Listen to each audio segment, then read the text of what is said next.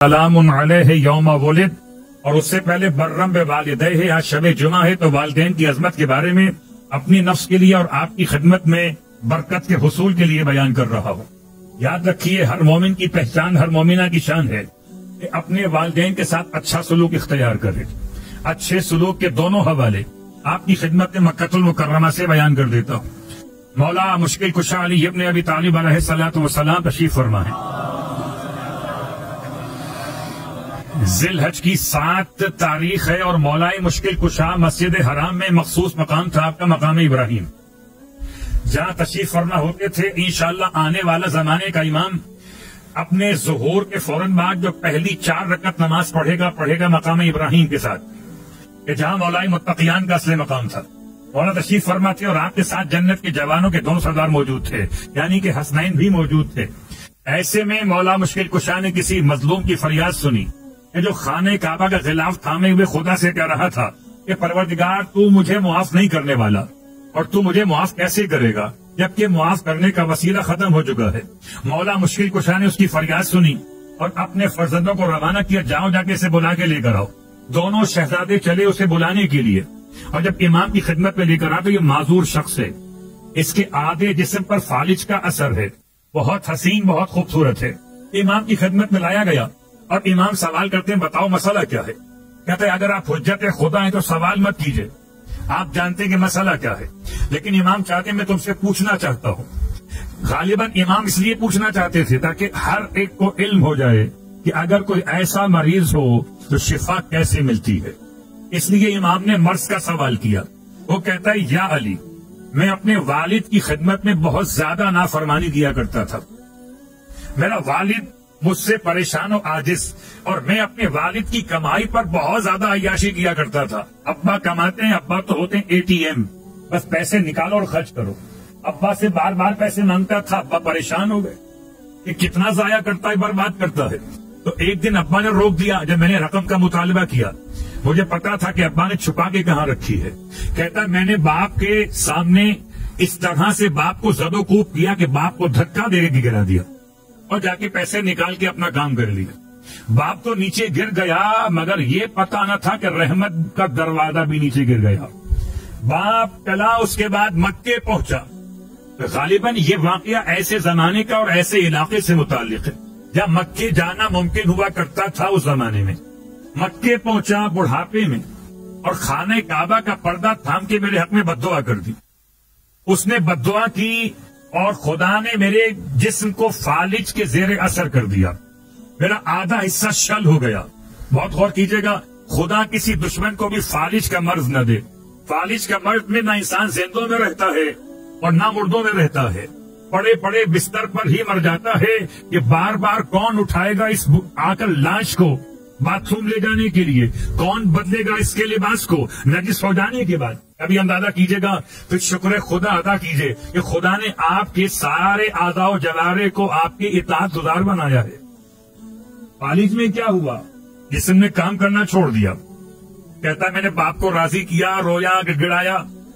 باپ آخر کار 4 سال میں راضی ہوا، اور 4 سال تک میں حالت مرض میں باپ کے سامنے رگڑتا رہا اپنے ہاتھوں کو، اپنے پیروں کو کہ مجھے معاف کر دیجئے۔ باپ نے کہا اچھا میں نے معاف کر دیا، کہ ایسے نہیں، جہاں بد دعا کی تھی وہیں چل کے دعا دیجئے۔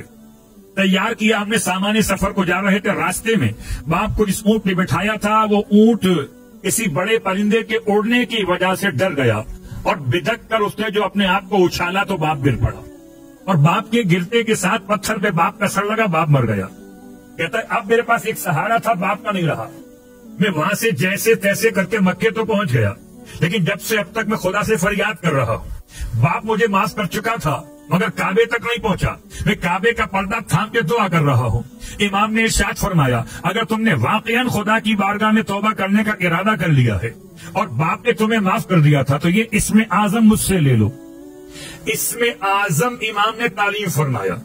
پھر کبھی اسم اعظم کے موضوع پر الگ بحث کریں گے، اس سے پہلے اشارے کر چکے ہیں۔ اسم اعظم خدا کا بڑا نام، سارے نام خدا کے بڑے، البتہ جو علی سے ملے وہ اسم علی اعلی اعظم ہو جاتا ہے۔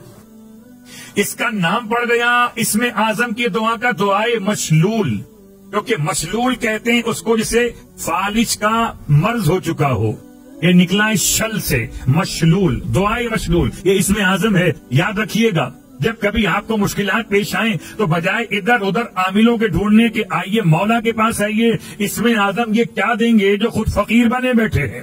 اسم اعظم تو وہ دے گا جسے خدا نے امیر بنایا تھا۔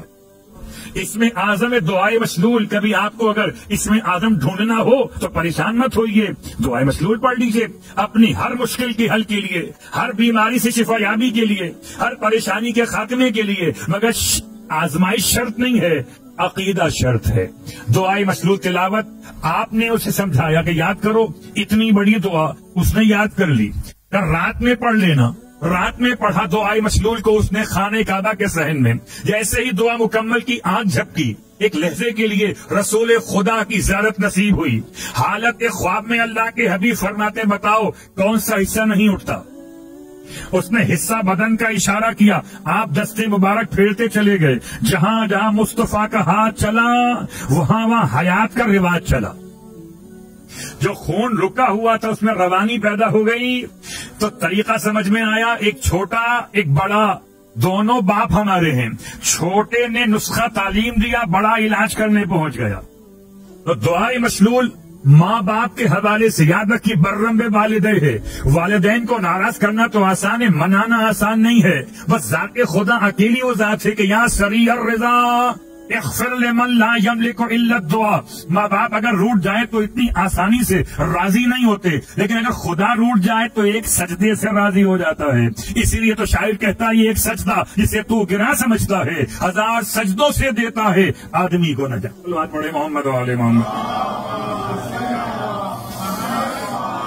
تو برم والدین ہے، یہ رسول خدا کے زمانے کے بعد کا واقعہ۔ رسول خدا کے زمانے کے واقعات میں ایک جملہ کافی ہے کہ پہنچا ایک جوان اپنے ماں کو لیے ہوئے اور اپنی ماں کو اپنے کاندھوں پر بٹھا کے پورا حج کروایا۔ آج کا حج نہیں، اس زمانے کا حج۔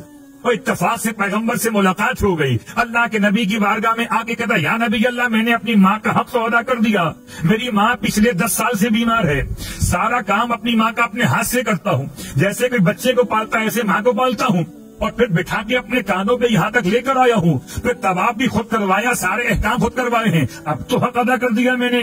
ماں نے رکھا تھا 9 مہینے، میں نے رکھا ہے 10 سال۔